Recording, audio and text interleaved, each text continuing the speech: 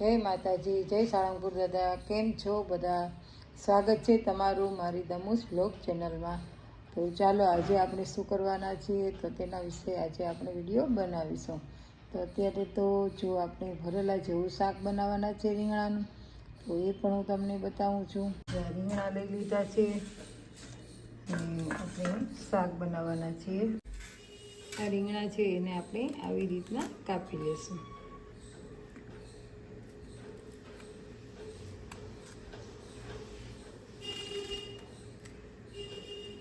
જો આવી રીતે આપણે બધા જ રીંગણા છે એને આવી રીતના કાપી લઈશું.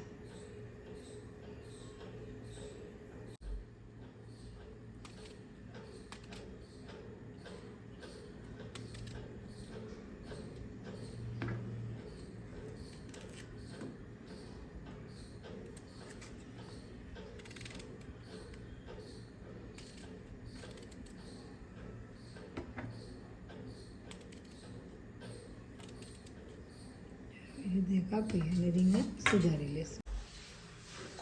તો જો આપણે છે ને આ રીંગણાનું શાક બનાવવાનું છે, આમ ભરેલું નહીં અને મસાલો બનાવ્યો હોય ભરેલું ત્યારે જે મસાલો પડ્યો હોય વધારાનો એ રાખી મૂક્યો હોય, એટલે આપણે જે આ મસાલો છે એ ભરેલો પડ્યો છે.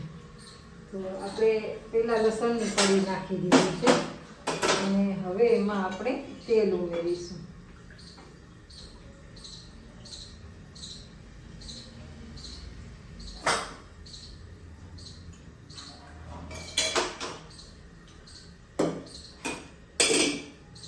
તેલ ઉમેરી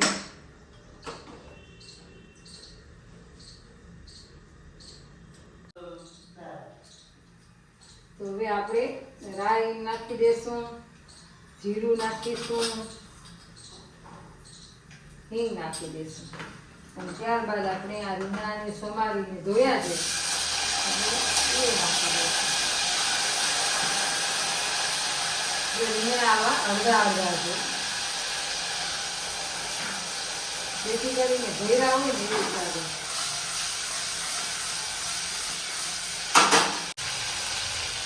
તો હવે આપણે હળદર નાખી દઈશું, ત્યારબાદ ચટણી નાખીશું, ગળાશ માટે થોડી ખાંડ નાખીશું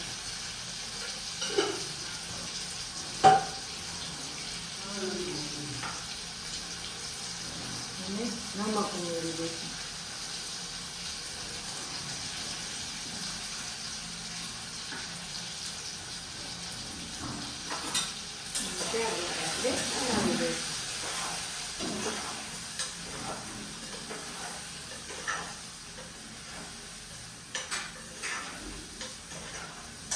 હવે આપણે જેટલો રસો રાખવો હોય ને એ પ્રમાણમાં પાણી નાખવાનું.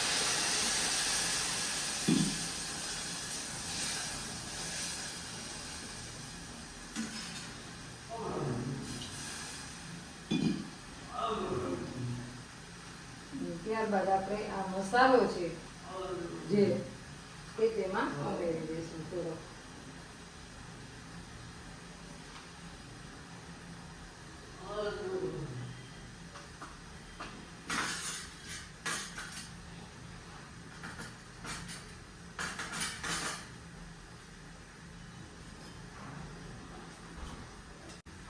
જો આપણે કુકરનું ઢાંકણ કરી દઈશું બંધ, ગેસ કરી દઈશું ધીમું.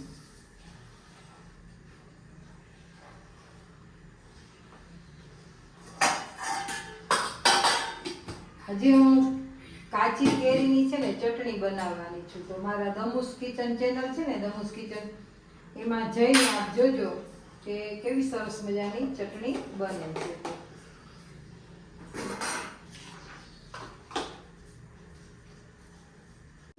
હવે આપણે કપડાં સંકેલી લઈશું.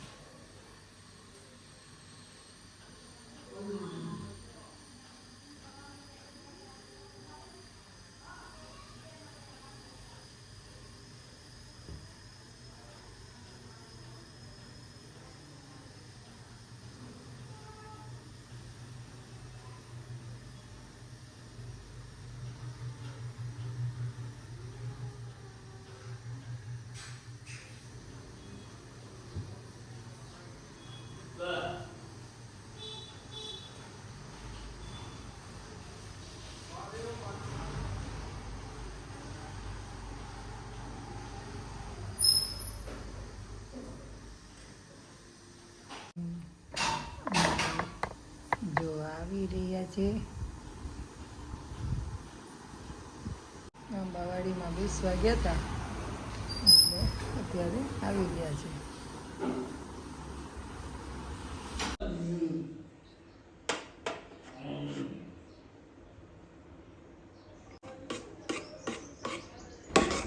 આ મેં કાચી કેરીની ચટણી બનાવી છે, તો તે તમે દમુસ કિચનમાં જઈને જોજો.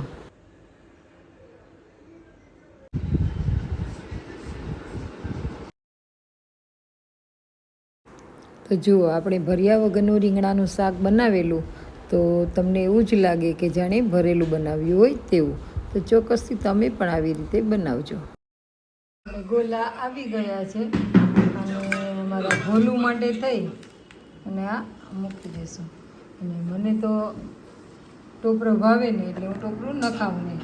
અને આજે આપણે દમુસ કિચન રેસીપીમાં આ કેરીની ચટણી મૂકી છે, તો આપ જરૂરથી જોજો. ખૂબ સરસ સ્વાદિષ્ટ બની છે. આજે અમારો લાલો છે એ રવિવાર હતો અને ગોલો બહુ મસ્ત લાગે છે. રવિવારે ખાવો જ જોઈએ. હાજર હોય ને ખાવા બેઠા છે. હું ખાઈ લઉં, રોટલી પછી કરીએ. અમે જમવા બેસી ગયા છીએ. શાક, ચટણી, છાશ, ચટણી. અને આજે સાંજે મેં સેવ ટમેટાનું શાક ખૂબ મસ્ત બનાવ્યું છે. તે પણ મેં દમુસ કિચનમાં મૂકેલું છે, તો આપ તેમાં પણ વિઝિટ કરી અને જોઈ લેશો. અને વિડીયો પસંદ પડ્યો હોય તો વિડીયોને લાઇક, શેર અને સબસ્ક્રાઈબ કરી દેજો.